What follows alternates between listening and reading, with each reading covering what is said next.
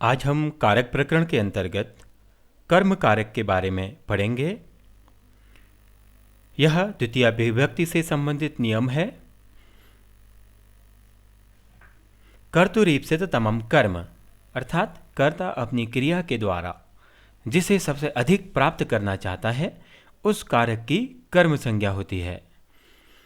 और कर्मणि द्वितीय के अनुसार कर्म में द्वितीय विभक्ति हो जाती है। यहाँ पर अनुक्त कर्म शब्द का उल्लेख किया है, जिसका तात्पर्य है कर्तृवाची का वाक्य, क्योंकि कर्तृवाची के वाक्य में कर्म अनुक्त होता है, जबकि कर्मवाच्य के वाक्य में कर्म उक्त होता है। इसलिए वहाँ कर्म में प्रथमा विभक्ति होती है और यहाँ पर कर्तृवाच्य के वाक्य में कर्म में द्वितीय विभक्ति होगी। उदाहरण, देवदत्त हरिम भजति, देवदत्त हरि को भजता है। यहाँ पर हरिम इस पद में द्वितीय विभक्ति हुई है, क्योंकि उसकी भजने की क्रिया जो है वह हरि इस उद्देश्य के लिए है, इसलिए हरि है जिसे वह सबसे अधिक प्राप्त करना चाहता है, इसलिए इसमें द्वितीय विभक्ति हुई। इसी प्रकार रामः ग्रामम गच्छति, तो जाने की क्रिया के द्वारा राम गांव पहुंचना चाहता है। ग्राम शब्द उसके लिए अत्यंत अभिलषित है, इसलिए इसमें द्वितीय विभक्ति हुई। तथा युक्तम चानिप्सितम, कर्म दो तरह के होते हैं, ईप्सित और अनीप्सित। कर्ता जिसे प्राप्त करने की प्रबल इच्छा रखता है उसे ईप्सित कर्म कहते हैं, और जिसे प्राप्त करने की प्रबल इच्छा नहीं रखता है उसे अनीप्सित कर्म कहते हैं। अनीप्सित पदार्थ पर क्रिया का फल पड़ने पर उसकी भी कर्म संज्ञा हो जाती है। जैसे उदाहरण के तौर पर, दिनेशः विद्यालयं गच्छन् बालकं पश्यति, दिनेश विद्यालय जाते हुए बालक को देखता है। दिनेश की जो जाने की क्रिया है, गमन क्रिया, उसके द्वारा जो सबसे अधिक जिसको वह प्राप्त करना चाहता है वह है विद्यालय, और साथ में जो अनिप्सित कर्म है वह है बालक। वो जाते जाते अपने नज़रों को इधर उधर दौड़ाता है और कहीं बच्चा देख लेता है, कहीं तिनके को छू लेता है, कहीं कुछ करता है। तो इसलिए इस वाक्य में बालक को देखना अनिप्सित कर्म है, इसलिए बालक में भी द्वितीय विभक्ति हो गई। अकथितम च, इस नियम के अनुसार अपादान आदि कारकों की जहां अविवक्षा हो वहां उनकी कर्म संज्ञा हो जाती है। जहां पर उनका जो अर्थ है वह कर्म प्रधान अर्थ हो, वहां पर हम कर्म संज्ञा उनकी कर सकते हैं और द्वितीय विभक्ति भी हो जाती है। 16 धातुएं हैं जो अविवक्षित गौड़ कर्म वाली धातुएं हैं, इन्हें द्विकर्मक धातु भी कहा जाता है। इन धातुओं के योग में द्वितीय विभक्ति भी की जाती है। यह वैकल्पिक नियम है, क्योंकि यहाँ पर वक्ता चाहे तो अपादान आदि का प्रयोग भी कर सकता है। और ये 16 धातुएं हैं, दुह याच पच दंड रुधिर प्रच्छी चीब्रू सासु जीमत मुशाम कर्मयुक्षाद अकथितम तथा स्यान्नी ह्रीकृष्वहाम। दुह का अर्थ है दुहना। गोपाल गाय से दूध दुहता है, गाय से अपादान, किंतु द्वितीय विभक्ति की गई गाम, दुह धातु के योग में। इसी प्रकार याच में सुरेशः महेशम पुस्तकम याचते, महेश शब्द में द्वितीय विभक्ति यहाँ पर की गई है याच के अर्थ में। इसी प्रकार पच, पाचकः तंडुलान ओदनम पचति, इसमें तंडुलान, इसमें द्वितीय विभक्ति की गई। ओदनम तो स्वाभाविक कर्म है ही। इसी प्रकार दंड धातु के योग में गर्गान, राजा गर्गान सतम दंडयति, गर्गान में द्वितीय विभक्ति का प्रयोग किया गया और सतम में द्वितीय विभक्ति का प्रयोग किया गया है। दो शब्दों में सतम द्वितीय विभक्ति का प्रयोग किया गया है। इसी प्रकार पृच्छ, सह माणवकम पंथानम पृच्छति, बालक से माणवकम, इसमें भी द्वितीय विभक्ति का प्रयोग किया गया है। रुद्र रोकना, ग्वालः ब्रजम गाम अवरुणद्धि, गाय को ब्रज में रोक लेता है ग्वाला। ब्रजम यहाँ पर द्वितीय विभक्ति की गई है रुद्ध धातु के योग में। ची चुनना।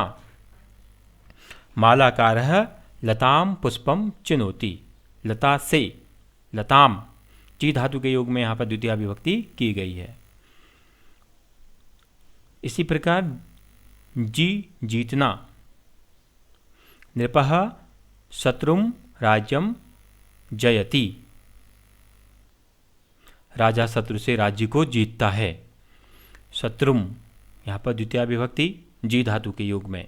इसी प्रकार ब्रू, गुरु शिष्यम धर्मम ब्रूते, गुरु शिष्य से धर्म कहता है। तो यहाँ पर शिष्य शब्द में ब्रू धातु के योग में द्वितीय विभक्ति का प्रयोग किया गया है।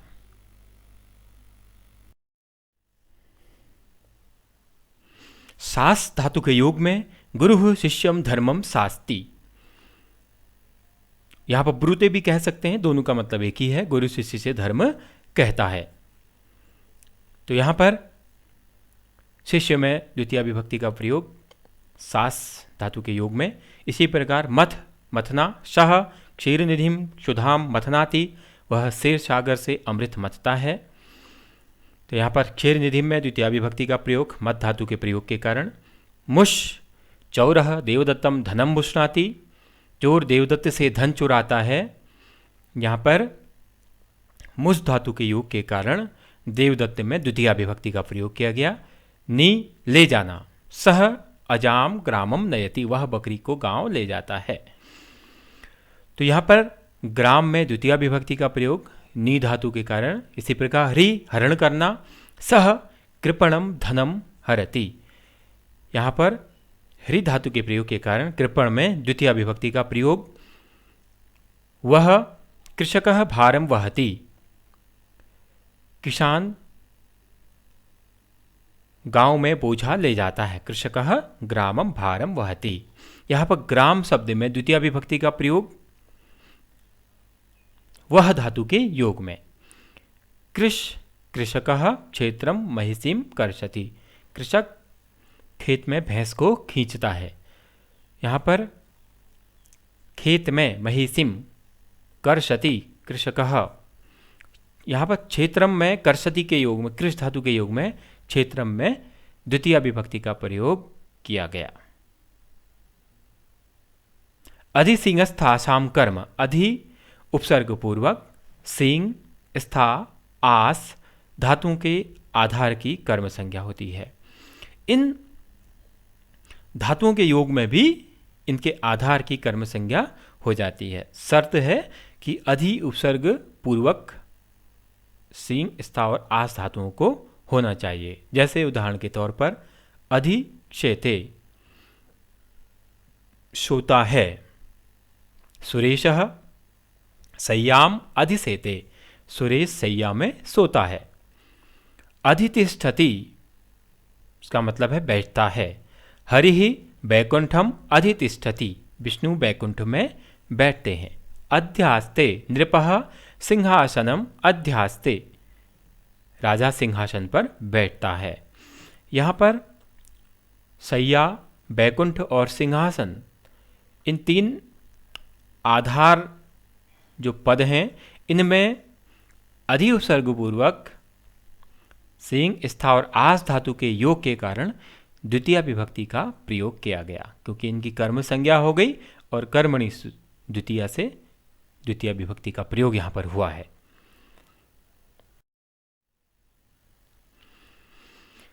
एक और नियम है अभितः परितः समया निकषा हा प्रतियोगे पिवा, अर्थात अभितः परितः समया निकषा हा प्रति, इनके योग में भी द्वितीय विभक्ति होती है। जैसे अभितः, इसका मतलब होता है दोनों ओर। तो वाक्य बना राजमार्गम अभितः वृक्षाः सन्ति, यहाँ पर द्वितीय विभक्ति का कारण है अभितः का प्रयोग। इसी प्रकार परितः यानी सब ओर, चारों ओर, ग्रामम परितः क्षेत्राणि सन्ति, समया का मतलब है समीप, विद्यालयम समया पुस्तकालयः अस्ति, निकषा का मतलब भी है नज़दीक, ग्रामम निकषा कुल्या अस्ति, गांव के निकट नहर है, गूल है, छोटी सी जो नहर होती है उसको बोलते हैं। हा, हाय, हा दुर्जनम, दुर्जनों को धिक्कार है। प्रति ओर, छात्रः विद्यालयं प्रति गच्छति। यहाँ पर विद्यालय में द्वितीय विभक्ति, दुर्जनम में द्वितीय विभक्ति, हा और प्रति के योग के कारण। फिर एक नियम और है, कहता है उपान वध्यांग वशः उप अनु अधि तथा आ उपसर्ग पूर्वक वस धातु का प्रयोग होने पर क्रिया के आधार की जो कर्म संज्ञा होती है और उसमें हो जाती है द्वितीय विभक्ति। उदाहरण, उपवसति जिसका मतलब है पास में रहता है, अनुवसति जिसका मतलब है पीछे, अधिवसति मतलब रहता है, आवसति का मतलब भी है रहता है। उदाहरण देखते हैं, श्यामः नगरम उपवसति, श्याम नगर के पास रहता है।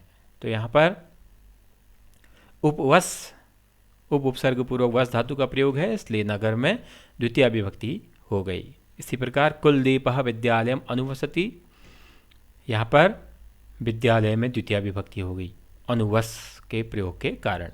इसी प्रकार सुरेशः जयपुरम अधिवसति, यहाँ पर अधि उपसर्ग पूर्वक वस धातु का प्रयोग है, इसलिए इसमें जयपुरम में द्वितीय विभक्ति का प्रयोग हुआ है। इसी प्रकार हरिहि वैकुंठम आवसति, आ वस का प्रयोग होने के कारण यहाँ पर वैकुंठ में द्वितीय विभक्ति का प्रयोग किया गया।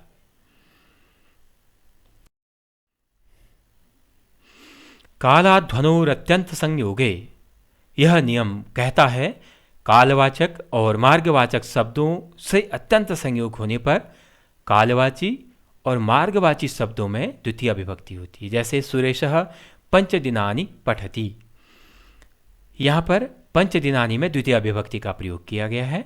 इसी प्रकार मोहनः मासम अधीते, महीने भर पड़ता है, अत्यंत संयोग है, इसलिए मासम में द्वितीय विभक्ति। नदी क्रोशम कुटिला अस्ति, इसमें क्रोशम में द्वितीय विभक्ति का प्रयोग किया गया है। और इसी प्रकार प्रदीपः योजनम पठति, यहाँ पर योजन में द्वितीय विभक्ति का प्रयोग किया गया है, क्योंकि ये सभी शब्द कालवाचक अथवा मार्गवाचक हैं। ये थे कुछ कर्म कारक के सामान्य नियम। इसके अतिरिक्त अनेक विशिष्ट नियम संस्कृत व्याकरण के अंतर्गत हैं, जिसके लिए लघु सिद्धांत कौमुदी अथवा सिद्धांत कौमुदी का अध्ययन किया जाना अपेक्षित होता है।